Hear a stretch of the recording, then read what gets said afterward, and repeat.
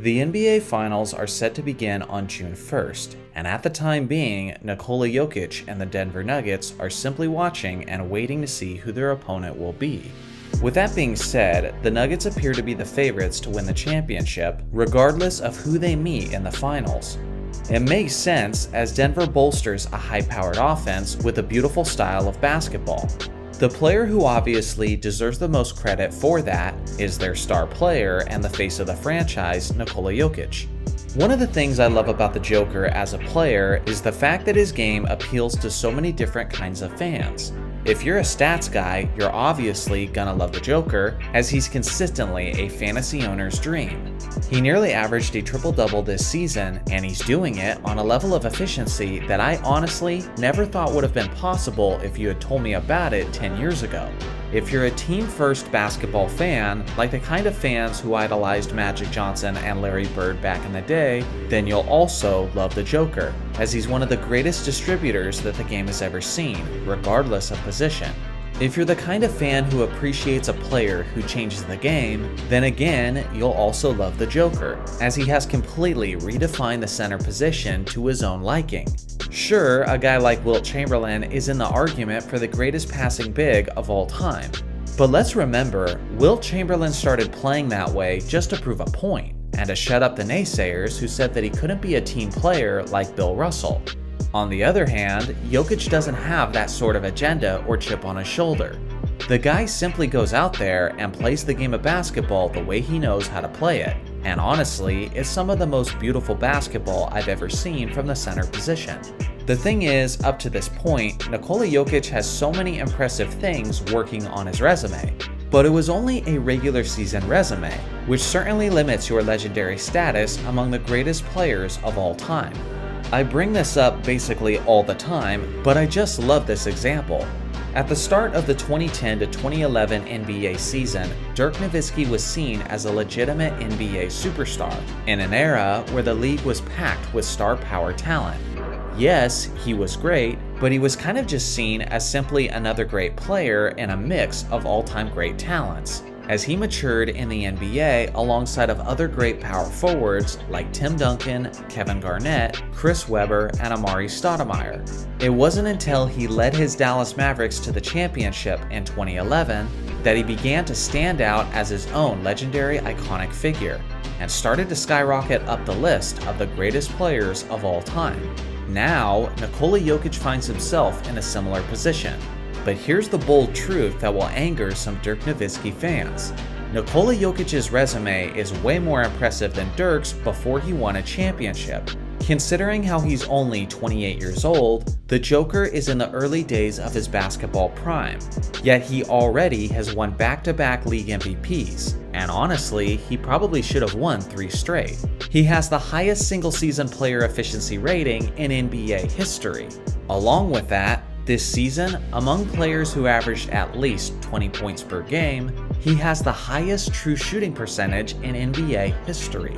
Along with all of his ridiculous record-breaking accomplishments, the Denver Nuggets are one of the oldest franchises in basketball history, preceding the Dallas Mavericks, as Denver's history goes all the way back to their ABA days in the 1960s. Yet with that being said, they never won a championship in either the ABA or the NBA. The city is starving for an NBA title, and this player, who's already a statistical anomaly, could be ready to provide one this season. At this point, what more is there to say about the Joker and how much this championship means to him?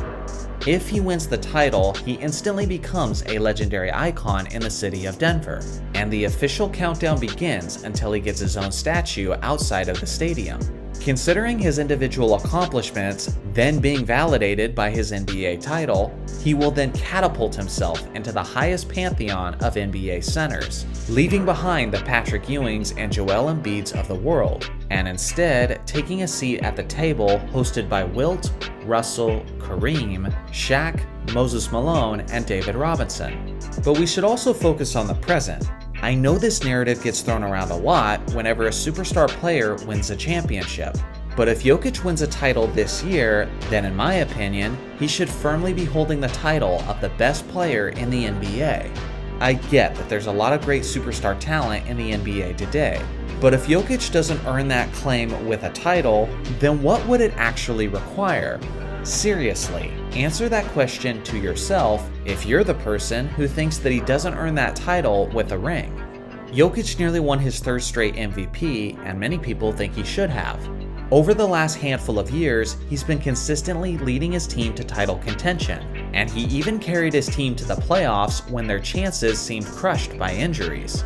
He continues to break numerous NBA records, and when you look at his shooting from the field, from three-point range, and from the free throw line, he certainly has a strong argument for being the most all-around efficient offensive player in NBA history.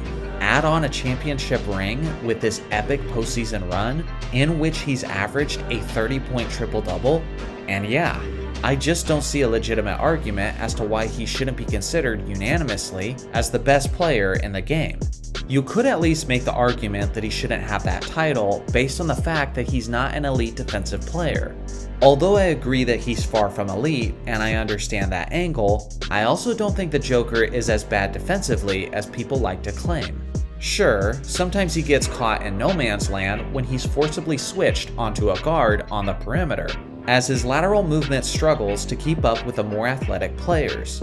Those are legitimate criticisms, no doubt, but in my opinion, that weakness isn't enough to completely overshadow how much of a juggernaut he is on offense. It's also worth considering how the best player tag hasn't been held by two-way players very often in recent years.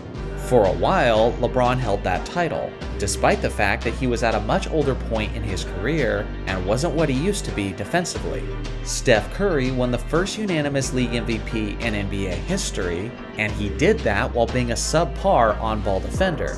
This is probably a topic for another video, but back in the 90s and 2000s, you could look across the league and most of the top 10 players in the game were solid two-way players.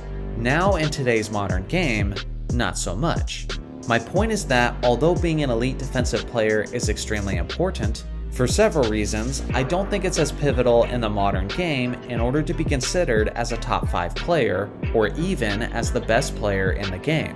All in all, I think the Joker is on track to make one of the biggest leaps in legacy that a superstar has ever made, as an NBA championship would be the ultimate stamp of legitimacy for all of his prior successes. But I will say, there may still be one guy out there who could ruin all of this. One guy who knows how to get hot when it matters the most.